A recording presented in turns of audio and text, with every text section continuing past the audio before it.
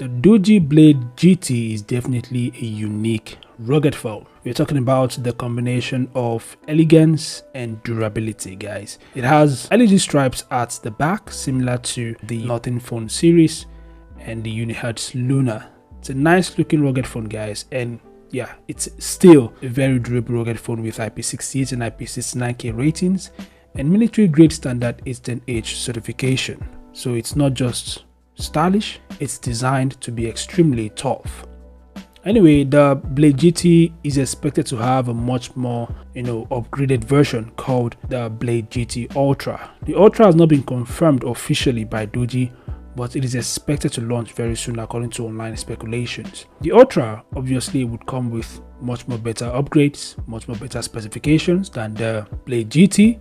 According to some of the specs, the Ultra would have a 100MP main camera, which is better than the 48MP main camera of the Blade GT.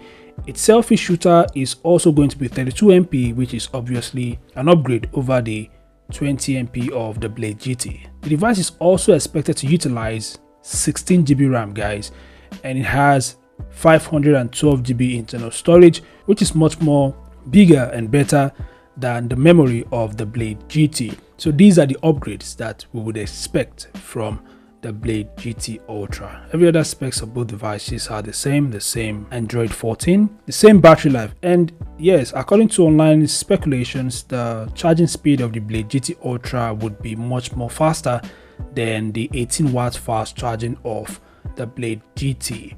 The display of both devices will be the same as well, and of course every other aspects of both devices will be the same, including the processor, the Dimensity 7050. Anyway, if I get any official details of the Blade GT Ultra, I'll definitely update you guys, so make sure to subscribe and turn on notifications. So this is what I have for you guys. Feel free to share your thoughts in the comment section below. Thanks for watching, and I'll see you guys in the next update.